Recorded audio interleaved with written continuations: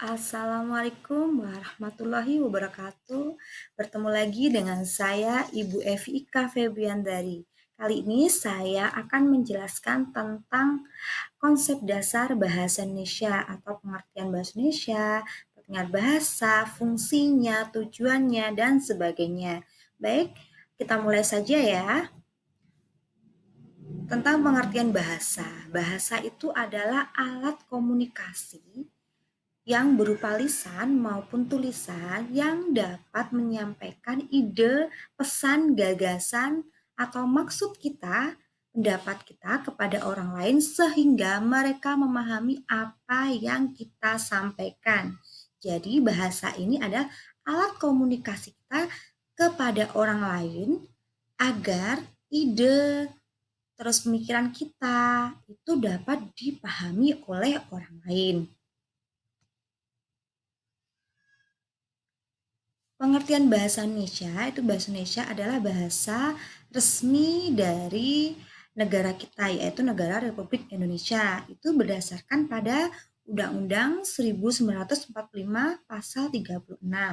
Dan di dalam Sumpah Pemuda tanggal 28 Oktober 1928 itu juga disebutkan bahwa bahasa Indonesia ini adalah bahasa pemersatu kita.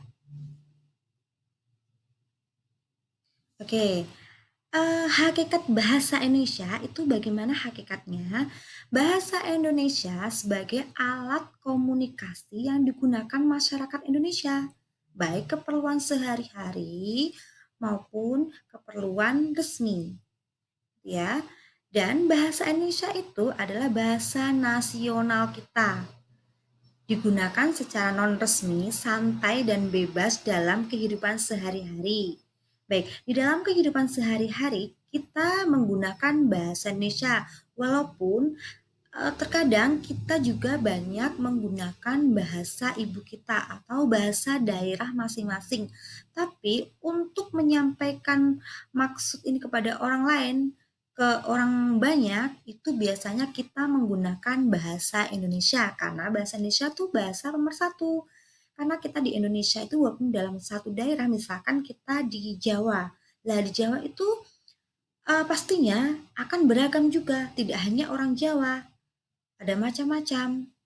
Ada orang Madura, ada orang NTT, ada orang Sulawesi, banyak Kalimantan, dan sebagainya. Nah, karena di Indonesia ini banyak sukunya, jadi walaupun kita di Jawa ataupun dimanapun, itu kita di keseharian menggunakan bahasa. Tapi bahasa itu bisa digunakan kalau untuk bahasa nasional itu bahasanya bebas dan tidak resmi, seperti itu. Sedangkan hakikat untuk bahasa Indonesia yang resmi itu digunakan contohnya itu di perundang-undangan, surat menyurat, ataupun pidato, ataupun untuk bahasa kenegaraan.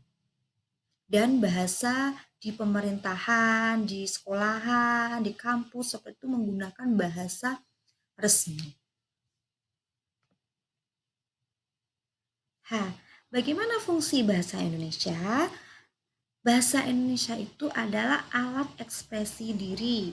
Nah, misalkan kita ingin berekspresi mengungkapkan suatu perasaan kita, misalkan kita sedih, senang kepada orang lain, itu kita menggunakan bahasa Indonesia agar misalkan tadi ada berbagai daerah, itu bisa paham apa yang kita bicarakan. Misalkan kita bicara dengan suku lain, itu bisa memahami karena bahasa pemersatu kita adalah bahasa Indonesia. Baik, yang kedua adalah sebagai alat komunikasi baik lisan maupun tulisan. Baik, di sini ya sudah sering kita gunakan, yaitu bahasa Indonesia itu untuk komunikasi lisan maupun tulisan. Kalau lisan ya bisa saja kita bercakap-cakap seperti ini.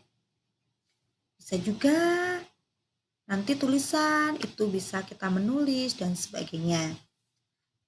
Yang ketiga itu alat integrasi dan adaptasi sosial. Nah, tadi kita banyak beragam suku, bahasa, dan sebagainya. Itu untuk beradaptasi, kita bisa beradaptasi dengan orang lain, dengan beda suku dan bahasa.